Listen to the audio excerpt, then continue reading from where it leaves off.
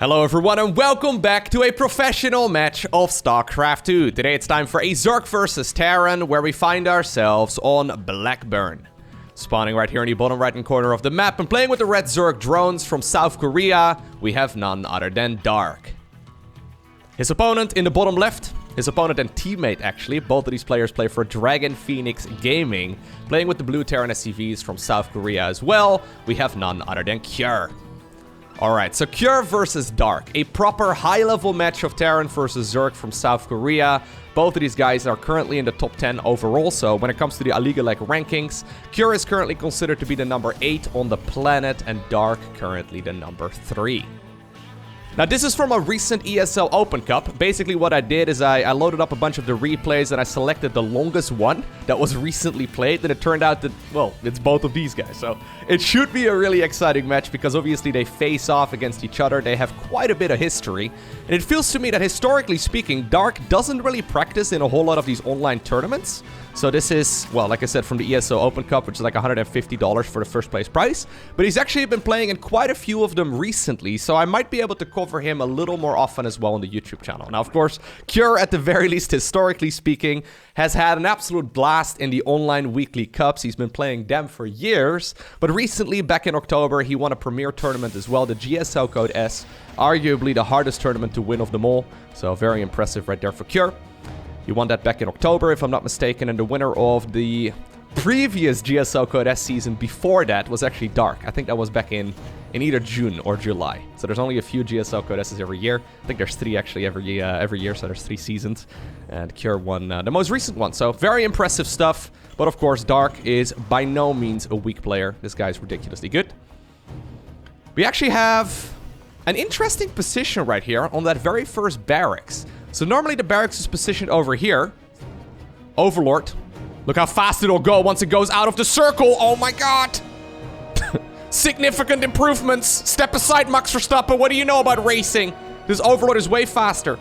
That being said, Jimmy and Peter over here, they've got their guns. They're ready to shoot at some Overlords.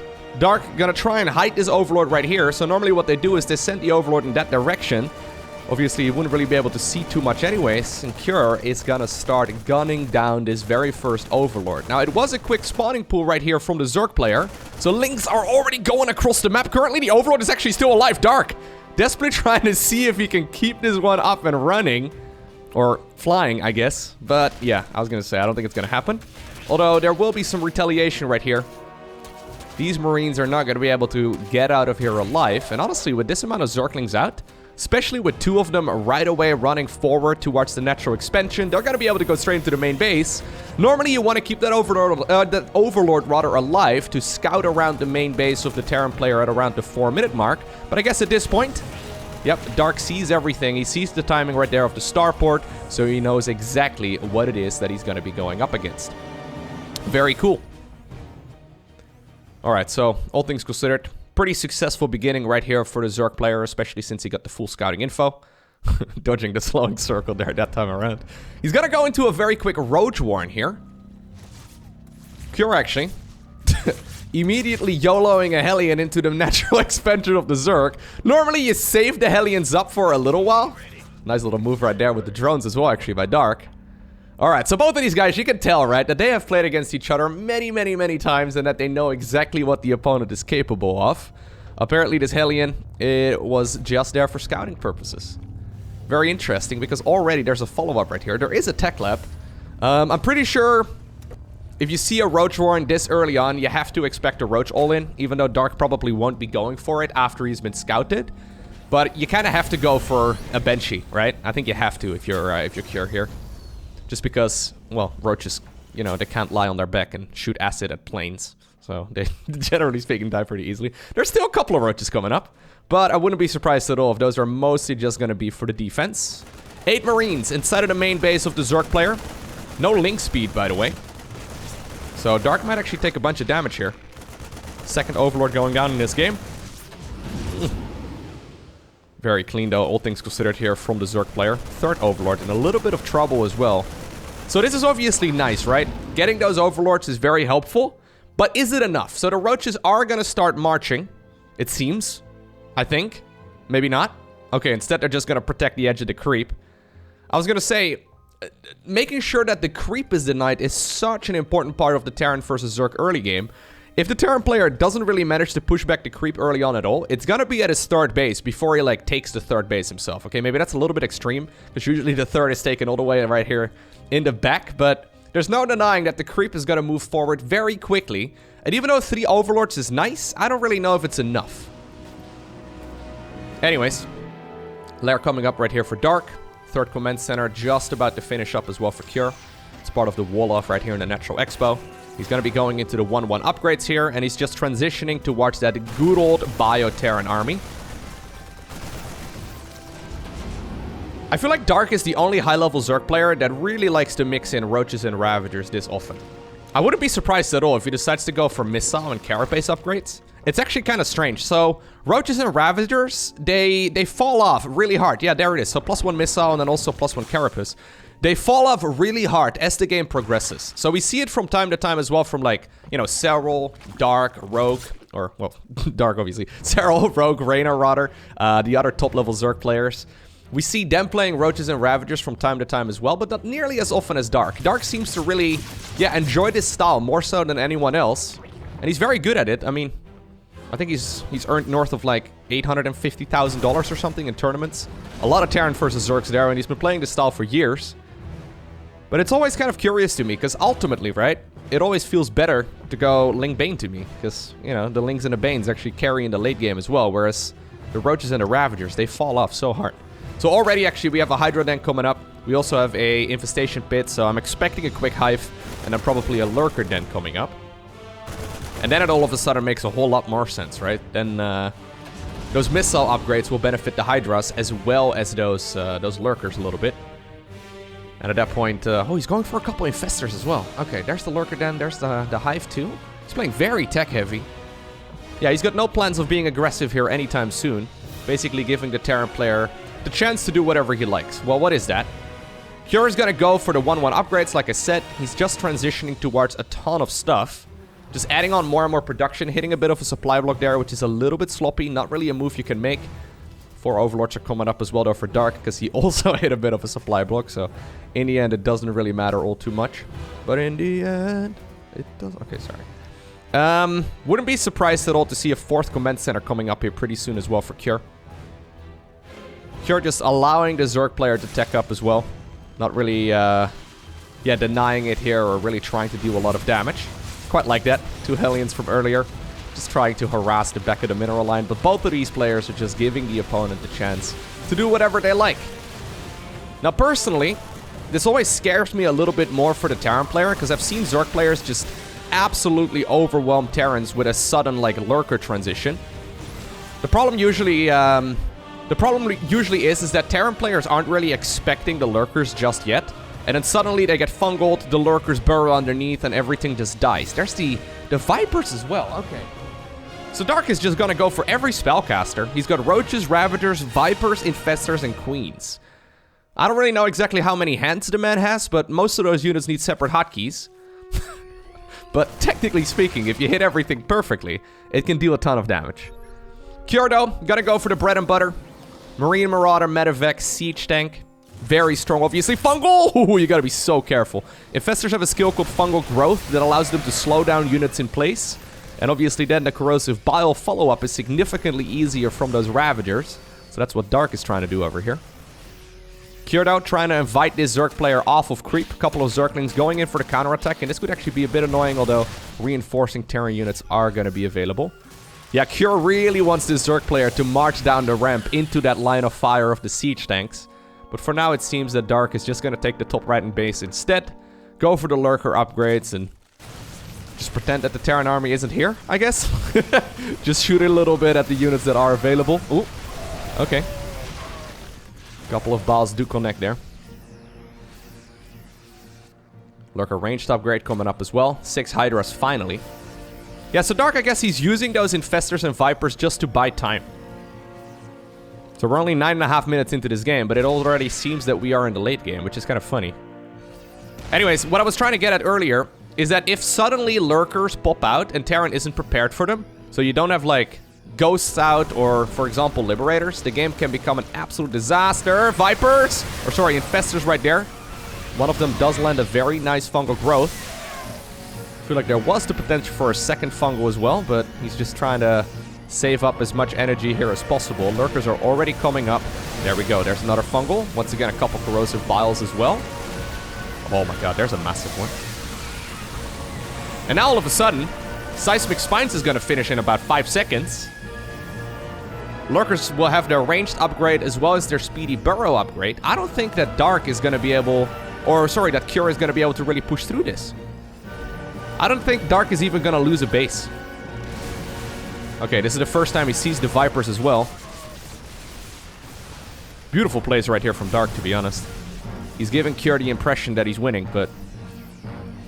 Now all of a sudden we're playing like an early to mid-game Terran unit composition versus a late-game Zerg army. We're 10 minutes into this, and we're already at Hydra Lurker Viper here for Zerg. Keeping the base alive, using the Roaches and Ravagers, as well as a couple of Infestors here just to buy a little bit of time. Seems like so far everything is going Dark's way. That being said, Terran is going to be able to secure a 4th base right now. Cure also has very good upgrades here. His eco is good. He's going to make the transition towards the Ghost Academy right now. But I think that this is probably going to be the moment where Dark will feel a little bit more adventurous. I wouldn't mind it at all if he decided to just go for like a push straight in this direction. Because if you can cut off, like if you can get Lurkers burrowed over here, then all of a sudden the 3rd base is accessible, the natural is accessible, as well as the 4th. But apparently for now, Dark is going to hang back for a little while longer. I really feel like there is potential here for him to go for a big push. I guess he was a little bit concerned right here of this blue army that was trying to clear out some of the creep right here at the bottom. Yeah. He doesn't actually know. He's probably expecting the gold base to be taken next. So maybe at this point, I think that's actually what's going on. I think at this point, Dark probably assumes that this is a 3-base Terran all-in, or that is what it was. At this point, one Roach is going to check out the top left-hand base as well. Since the Terran is extremely laid back at this point, though, he's probably... Yeah, deduced at this moment as well that it is only gonna be... Well, this expansion down below, and now the sensor tower also confirms it. I think Dark had potential right there to shut this down before it really got into position. Instead, he's gonna be forced to deal with the Terran army now that it's entrenched and now that there's a planetary fortress up and running. Bailing Nest coming up. Beautiful kiting here right by Cure. Ooh, okay, good abduction. Good abduction. 2 siege tanks going down. So I think Dark might very well be transitioning away from the Roaches and Ravagers entirely. Yeah, he just made a small group of... Well, small group. He made like a pretty large army of Roaches and Ravagers, but never really committed to them all too much. He's probably going to go into melee upgrades as soon as these 3-3 upgrades are done. Okay. Zerg slowly advancing forward. Another siege tank in a little bit of trouble. Yep. Gets yoinked. Another one as well ends up going down here. And these are just some phenomenal trades. And this is what happens, right? When the Terran player just doesn't have the correct unit composition to deal with Lurkers. But these Lurkers are so fast. Okay, Vipers for... Oh my god. Dark's looking pretty strong. I called them Vipers, but they were actually Infestors. Yeah. That was... Well, there's the Vipers too. Thank you for making me look good. A couple of Lurkers over here in the back of the 3rd base. Big drop inside of the main base as well, though. Okay, now this is a whole lot nicer, actually. Cure getting 19 worker kills. 1 swarm host coming up. This little drop over here is actually fantastic. This is giving him so much value. Infestor goes down. 2 Infestors end up going down. Maybe the Viper as well. Okay, this is a killer drop. 24 drones right here. And then also a bunch of those spellcasters for a relatively cheap army. Look at how much damage the Roaches deal, by the way, against these fully upgraded Marines and Marauders. They're... Yeah, kind of sad. Anyways, Dark actually not replacing the lost workers with that many additional drones, did he? Maybe he made 1 round of them, but he's mostly just... He's only at 69, which normally I would say is pretty nice, but it feels at this point in the game that that is a very small amount. Anyways, he's added on 16 more Lurkers, because he hasn't seen a reliable counter from the opponent just yet. There are ghosts at this point, but I mean, we're talking 25 Lurkers versus 7 ghosts. Ghosts are pretty good. But, I mean, now the Lurkers are just marching forward. Yeah, that ghost transition, man. That ghost transition in this matchup is so critical. That being said, the concave right here, heavily in favor of the Terran player. So the lurkers aren't actually getting able... Yeah, they're not really able to get that much splash damage done. And Cure actually manages to hold. That was an important hold. Pretty sure... Yeah, Dark actually now follows up with 21 workers. Pretty sure that was supposed to be the killer move. But that dropship, right? Those 2 dropships over here that dealt so much damage. They bought enough time. Next plan for Mr. Dark is a Nidus network. You'll probably try to Nidus the back of the 3rd base or maybe the main of the Terran. You can imagine lurkers right over here or right over here are very annoying. Lurker over here can actually even hit the mineral line over there on the low ground as well. But now the game seems to be going the distance a little bit more. We have a lot of siege tanks. So we're going up to 11 siege tanks very soon. Which is, well, more than Marauders are available. That's kind of cool. We're going for like a ghost siege tank army here. That is kind of cool, actually. So it almost is like a mech transition. There's the +3 mech upgrade as well for the damage output. There are still definitely some bio force here as well, but it's really not that significant. Hellbat from early game as well, still alive. That's one of the Hellions, I'm sure. Maybe it's the original Hellion that scouted the main. Or the natural? I don't know. Probably not. Alright. Dark, in the meantime, also gonna go for the Infestor upgrade. Another thing that Dark likes to do quite a bit.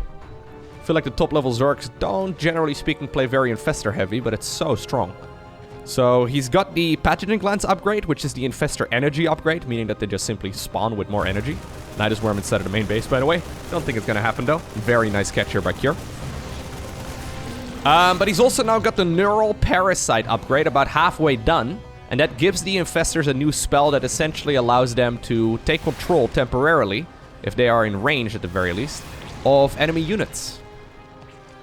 So one thing I've seen Dark do, and I don't know if he's gonna do it in this game, but I've heard that apparently this is a move he's been making. I hope he does it in this game, because it's gonna make me sound really smart. Please make me sound smart, Dark. No, but seriously. So one move he's been making is, say there's like a group of ghosts right over here. He will, like, try to send in an Infestor over here, Neural Parasite the ghost, and then EMP all of the other ghosts, which means that the ghosts will not have energy anymore, and then the lurkers march in.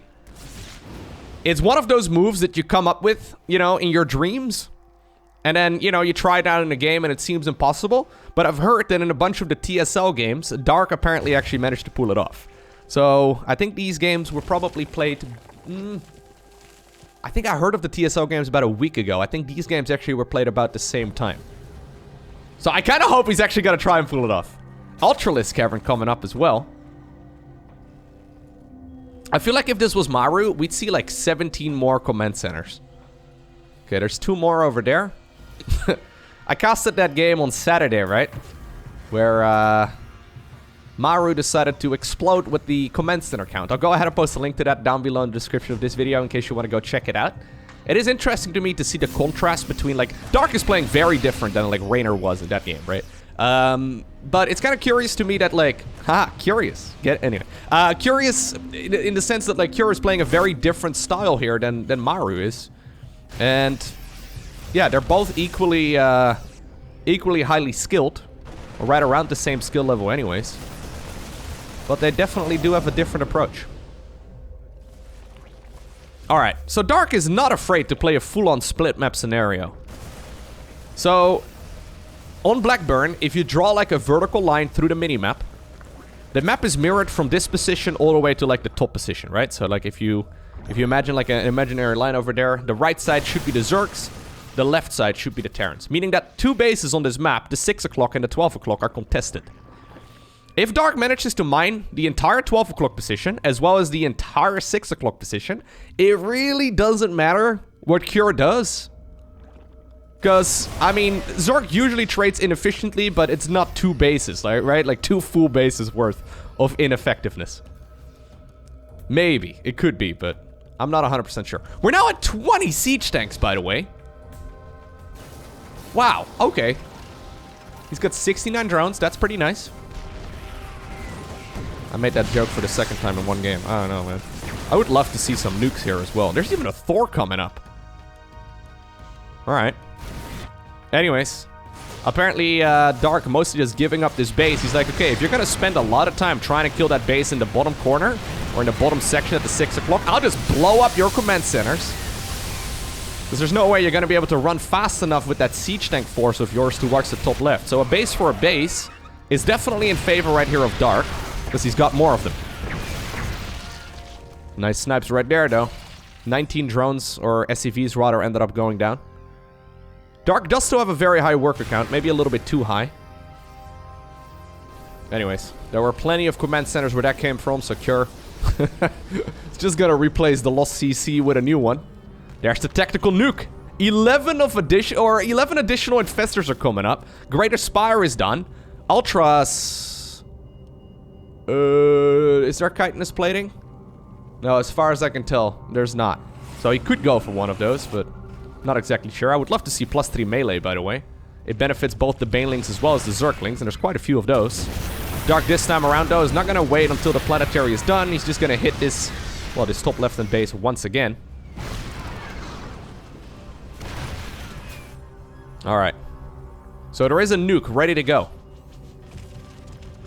Creep spread, looking mighty fine right here. Alright, so the tactical nuke is going towards the top section of the map. It's a very expensive way to clear out creep, but at the very least it's gonna force the Zerg player to dramatically look around the map and probably back off for just a little bit, because you never know, right? As the Zerg player, you don't get like a nice notification of where that nuke is that nuke is landing. That's what I was gonna say. That nuke is landing. So Dark, he desperately had to look around the map there to make sure that he spotted the red dot, because that's all he sees.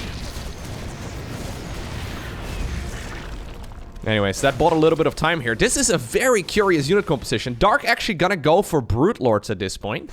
And already, there's Ghosts, as well as, of course, those Thors. And Thors are absolutely phenomenal against this sort of army. Love this positioning over here as well by Cure. Oh, 41 kills right there on that one siege tank. You'd imagine that it can't fire anywhere. But, yeah, science. It's how it works, man. So this one has 41 kills. It can basically hit everywhere within that little dotted line. The dotted circle there. But this position over here is really good. And now Cure is securing the bottom base. So this is good. This is very good for Cure. Brute Lords, though. In a straight-up fight on open terrain, lose to Thors. But there's obviously a lot of choke points over here. And Thors kind of like tend to stumble in front of their own feet. Okay, so Ghost actually landing a nuke right over here, which I really like. It's trying to zone away against those Brute Lords, and that's going to be a nice juicy nuke. Not really dealing a whole lot of damage, but buying this this Terran player a bunch of time. And now he's also, yeah, mining with mules over here, as well as in the top left. Very good. Very good moves actually here by Cure. I love this. So he went from like a bio army into a siege tank Ghost army, now into a lot of Thors. So we've gone from bio, so biological infantry, straight up into mechanical, into mech. Keep in mind the neural parasites, though. The best counter that Zerg usually has against Thors is, well, Thors, right? So if you can neural parasite Thors with infestors, then all of a sudden everything just sort of dies. So these are extremely juicy targets for that neural. I feel like this game is building up towards an epic climax. Both of these players just tiptoeing around each other for the last 23, 24-ish minutes. The Brute Lords, though, have made their way towards that siege tank army in the top left. Dark successfully realizing here that there's not really a whole lot that he can contest with in the bottom of the map. So instead he's gonna go to the top left. The Brute Lord's very slow, but apparently not as slow as the Thors. A lot of creep over here as well. I don't think Cure can really go in, man. If Cure just stands over here, I've got a feeling he's gonna get this entire army neuraled. Anyways, Ghost over here as well. There are Corruptors, okay. Corruptors will be able to finish off, well, at least a couple of the Vikings there that got abducted. Cure doing a little bit of spring cleaning. But he's mining the top left base as well as the 6 o'clock. I feel like these are so important. I would love to see him sending SCVs there. If this game goes on for another 10 minutes or so, those expos will likely be mined out. And at that point, it just comes down to who has mined more stuff. Another tactical nuke. Flying across the screen, forcing those spore crawlers to back off. Although I've got a feeling that the front one will be hit.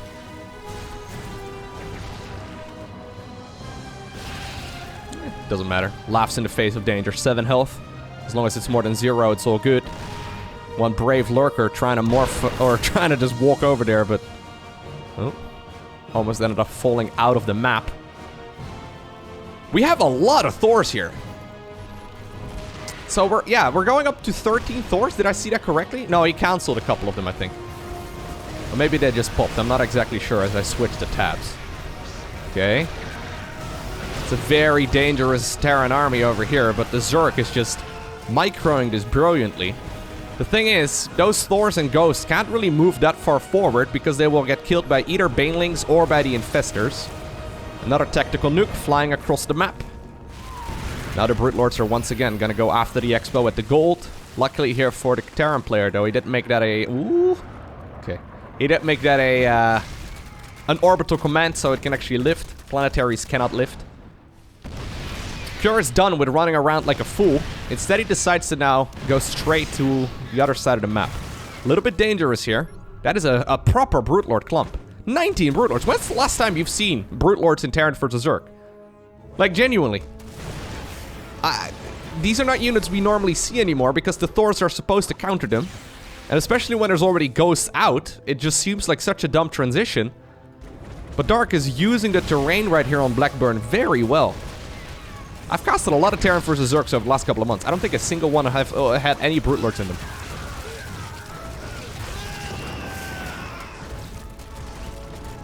I love the way that Dark plays this game. It's so flexible.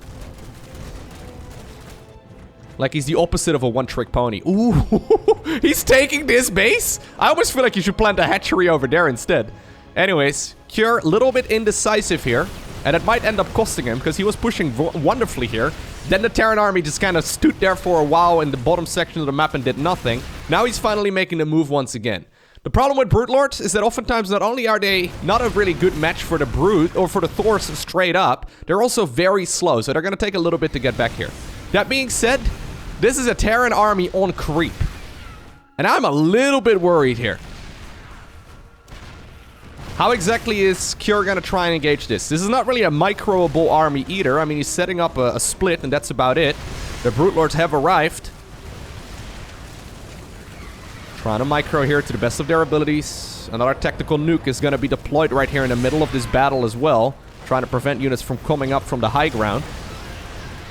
The Thor count is going down here. Or at the very least, they're taking a bunch of damage. Still though, 10 Thors versus 17 Brute Lords is in favor of the Thors, if I'm not mistaken. But Blinding Clouds are coming up right here as well. And apparently the Banelings are just going to try and roll through this, deal as much damage as possible. Ay, ay, ay. There's the Neural Parasites coming down as well. And Dark absolutely trashes this massive Terran army. That being said, both players, they have a large bank. But Dark doesn't have any gas. Dark is extremely mineral rich, but he's got absolutely no gas. Whoa, he's got 150, which is basically none. So he's going to add on a couple of Zerglings. Zerglings, however, are very larva heavy, and Dark doesn't have a whole lot of those. So even though he's got 8,000 minerals right now, there's actually not a whole lot of money here for him, or like a whole lot of larva here for him to spend his money on. Cure is going to take a little while longer to build up an army, but I like his spread in resources quite a bit more. He's killed that hatchery just now. I feel like he might have to go back to Marine Marauder. I think actually making Thors and Siege... Well, Thors would be okay, and... sorry, like Marauders would be okay, but Siege Tanks... probably also... I just feel mostly Marines. Marines would do really quite well, right? I mean, even though there are still quite a few Infestors left over and quite a few Banelings. Alright, Dark apparently also anticipating that it would be a Marine switch. He decides to add on an Ultralisk. Not a bad idea. If Dark had the larva here, I feel like he would be all over this Terran army, but miss macro from his end. It's going to make it very difficult for him to clean this up. Now, there is a large Marine crowd right over here at the bottom of the map. This is good. Did he ever get +3 melee? He did. Oh my god, this is an epic game. We went from the highest tech units all the way back down towards the lowest tech units. And I feel like Ultralists kind of fall in that lowest tech unit category, I'll be honest with you. Even though they look very impressive, they're really only good against mass marine armies. Kjör apparently a little bit concerned for a transition towards, like, say, Mass Brute Lord again. Probably not realizing the predicament that his opponent is actually in. Kjör has now also spent all of his bank. He's maxed out. But probably a little afraid to go that deep onto the creep once again. There's a lot of supply, by the way, caught up right here in Corruptors. Only, yeah, 6 brutes at this point, which is really not that much. The problem is, right, Terran has a very hard time guessing what kind of, like, army composition the Zerg is going for. Like, you have very limited amounts of information, and ideally you make an army differently, or, like, you make a different army to every single one of the late-game Zerg comps. And at this point, it's very Zergling heavy, and I feel like Kjör is making an army that's very good against, like, the heavy hitters, like Brute Lords, and like Thors, and like Lurkers and all that, but there's really not that many units of, you know, of that kind. Anyways, this is a sophisticated Terran army, though. Even the Zerg, or sorry, the drones apparently are coming to the front. You still got a lot of resource. I would have loved to see what's it called, like a hatchery right over there. Instead, it's minced drone. 32 of them end up going down. Top left and base, though, also the Knight. Kjör rebuilding a couple of SCVs here. He's got a lot of command centers, so he's making 7 of those at once. I think Dark's income for gas is just right here at the top. He's just going full... He's going full Ultralisk Zergling at this point, which I think would work quite well. Especially if you can, like, Neural Parasite a couple of these heavy Terran hitters. Brute Lord's just trying to be as annoying as possible, trying to buy time, generating some more of that larva. He's trying to retake the base over here. The Marines at the front, though, spot that the Zerg army is running down south again, so the Terran army was doing the same thing. A couple of changelings over here, pretending to be Marines, but that's just a unit right there for the Zerg. Okay, Infestors are now also burrowed on the ground. They can use Neural Parasite while burrowed, by the way, which is a huge thing to note. Fungal growth! Ooh, the Vikings almost overextended there.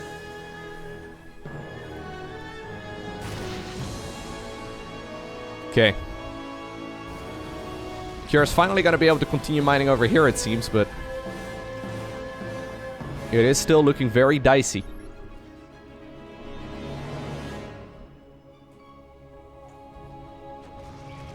How many hands do you think these players have? Let me know down below in the comment section. Sometimes it feels to me like they have at least 4. Alright, well, Planetary here will end up going down, but at the same time... Okay, I'm gonna back off, sorry. I was looking at the Lings and Banes and giggling at my own dumb joke.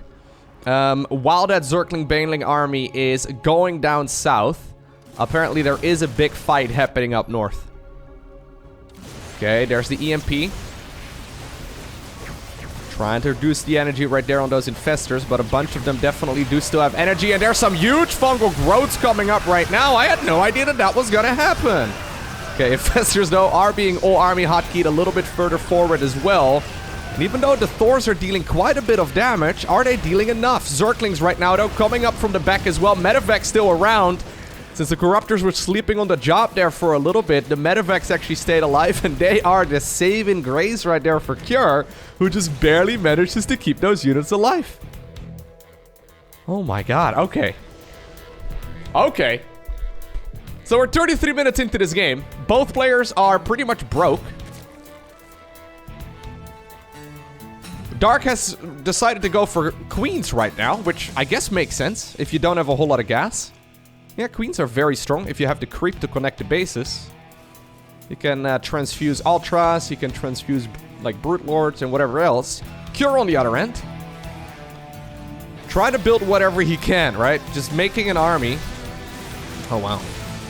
A couple of the Spine Crawlers just, yeah, apparently abandoning the 6 o'clock as they realize that the base is pretty much mined out. Medevacs, man. They're so good here.